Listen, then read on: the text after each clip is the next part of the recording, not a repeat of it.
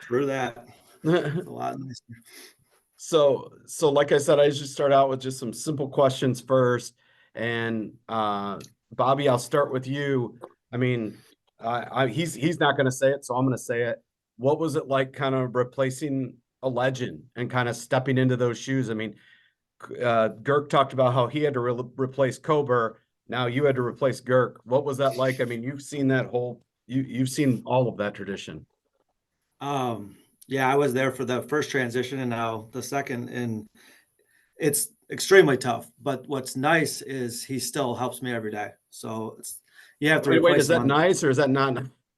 No, we talk almost daily on baseball stuff and on with the kids and what we're doing and what we're planning on doing and things that have changed or haven't. And so he's always somebody to go to bounce ideas off of and try and figure out the best way to try and attack this new season or the game that week or whatever's going on. I mean, it's challenging because it's anytime you're going to replace a Hall of Famer, that's tough. So but you're still trying to make your own path at the same time. So, Gerk? Well, I think what I'd like to add from that standpoint is, and Jimmy's inclusive in this as well, because we are so blessed building to have so many teachers and coaches that help with our student athletes. There's just so much, as you know, that is involved in developing a kid, both in the classroom, socially, mental health is the key word today, but that's always been the case. You're always dealing with kids' mental health. It's just a little more different because of the pandemic and everything, but Bobby's been wonderful. I mean, just like when I was Kober's assistant, I didn't really feel like I was just an assistant, and I like to think Bobby didn't think so either. It's a true program, and just like the programs that Jimmy's involved in, cross country is the same way. Bobby helps with cross country in a huge way. There's just immeasurable ways to get through to kids to help them. Father, you're still probably my biggest mentor in the building because you're here all the time, and it's just the place hasn't changed in that regard, and I can't say that enough. That the people make this place what it is, and that continues in the same way that it was when I was a little prepubescent freshman, Father, when you were my principal. You know, I think the baseball program, when I think back, is probably the one athletic program during my 40 years as either principal or president. It's the one athletic program nobody ever complained. And I think that's because Kober, you, Gerk, and Bobby, you guys talk to kids. Nobody, you don't just put up a list and say, here's who made the team, here's his cut. You talk to kids. And it's a wonderful, wonderful thing. That's been great about baseball. Spend time with all the kids. Even if the kid doesn't make the team, you spend time with them to talk with them. Yeah, it's definitely a program that we are proud of in the sense that we hope to think that Jimmy, your 2 days in the program made a big difference too. So don't feel slighted there. I did my best for you guys, Gerk, and I think that Bobby, just kind of watching him, you know, through cross country over the years, we have the same kind of staff as Gerk you mentioned, where we're all together in this. And so sometimes one coach will have an influence with a certain runner, and then another time a different coach will make a stronger connection. And so I think Bobby's comfortable taking over for you and guiding the baseball program, because I think that he saw when you replaced Kober that you kept the part of the program, the pride, the tradition intact, and then you just applied your own personal style to how you did that. And so I think Bobby's the same way. He knows what baseball at St. Francis is all about. And so the foundational pieces of what baseball on Bancroft is like are going to stay intact. But Bobby's just going to bring his own personality and apply some of his, personal strengths to do it his way, right? To sort of carry on the traditions keep the pride at a high level, but in his own kind of authentic style that we talk about here with kind of authentic relationships with players and with his coaching staff. Yeah, and I think, Jimmy, I think we're looking forward to you doing the same. You know, Schaefer ran the track program, and we had a lot of great student athletes there, and I think we're going to take that to another level now too. Yeah. You know, the kids that cross train and do the different things, and now we got a new football coach, and I'm sure he's going to be wanting them to run some track and do that. And we have some really good momentum in this building right now, and I'm really excited as we move forward.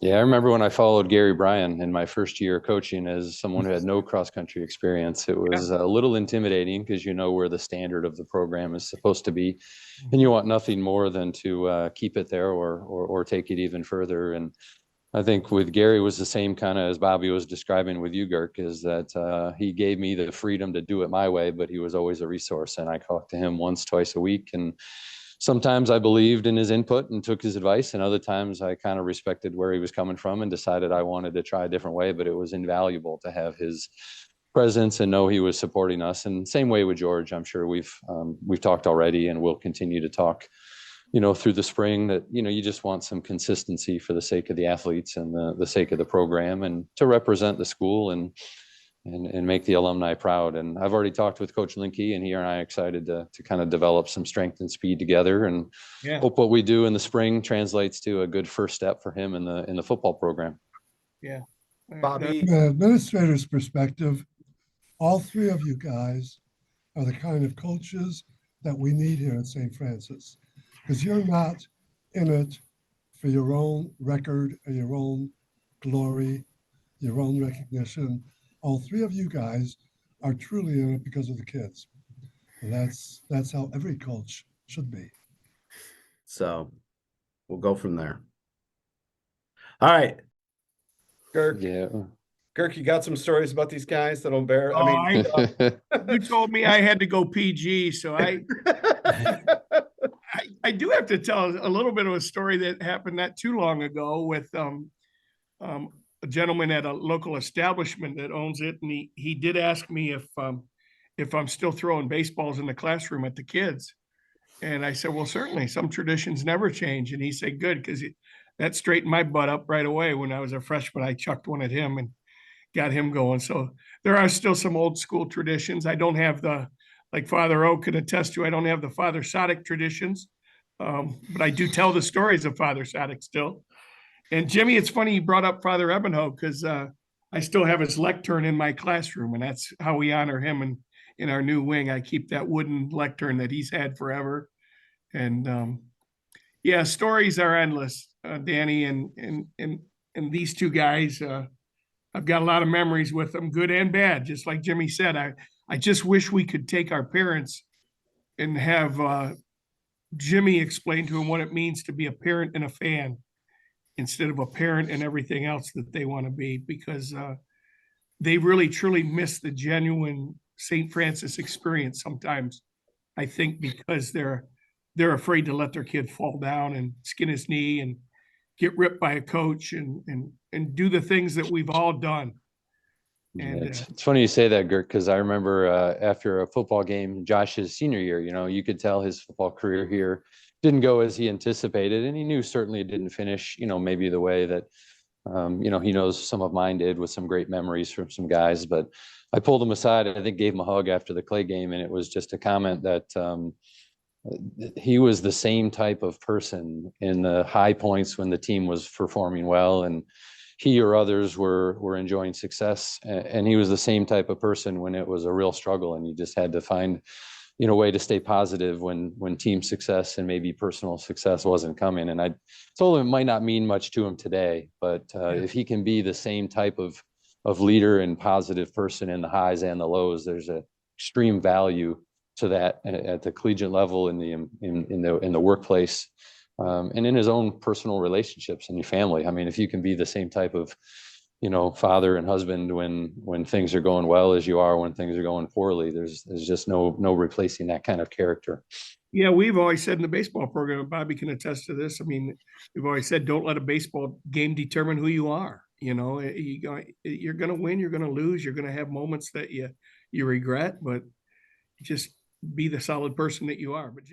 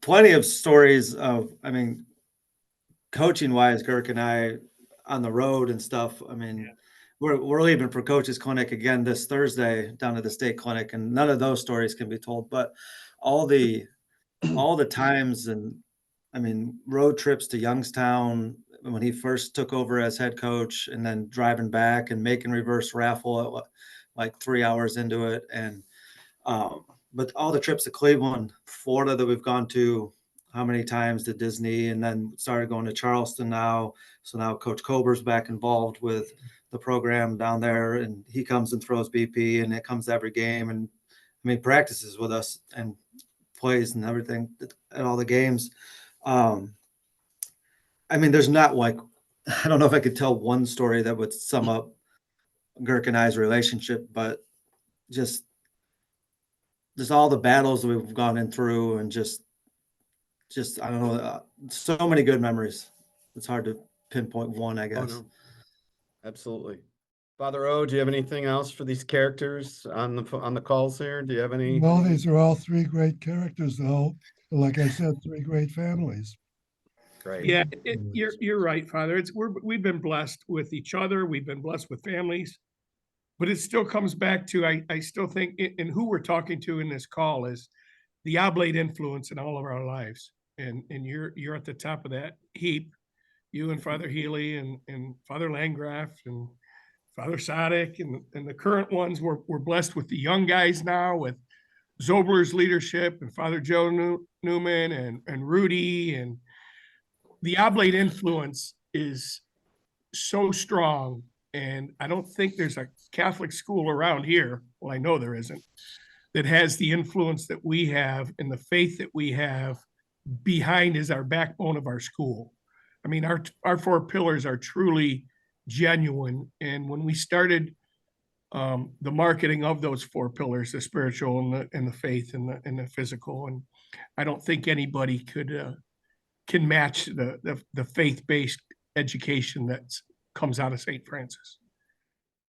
Thank you.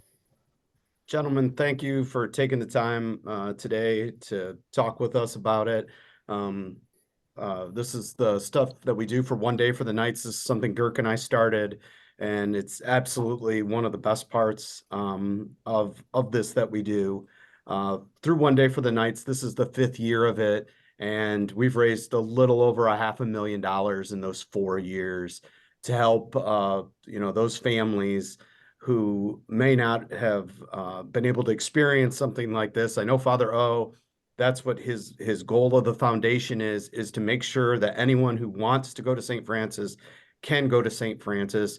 And the donations that we receive through this fundraiser go directly toward helping that. I know, Bobby, you talked about the work study program and things like that, to make it happen for these kids. And like I said, the tradition just continues, and I'm always so honored to be able to talk with the gentlemen on these calls and things like that. So once again, thank you very much for your time. Danny, you're selling yourself short too, though. You've done a wonderful job in your role, working with Sweeney, who we all know is a little bit strong at times, because it's tough when you're asking for people to help financially to help kids go to St. Francis. It's not an easy ask, and it's not an easy give. And you've been doing a wonderful job with what you do too. So don't sell yourself short. Thanks, Kirk. I appreciate that. Absolutely. But Absolutely. yeah, I think development as a whole with Father O, what you're doing in the foundation, and then Dan and Joe, you guys are making it more about the ask, more than about just the ask. You're kind of building relationships with these alums and trying to get them connected to their memories and to sort of see how that connects to what we're doing. And so I think it's a fantastic atmosphere we have in the development area now. It's about getting to stay connected with the alumni base and help them feel plugged into what we're doing with our mission day to day.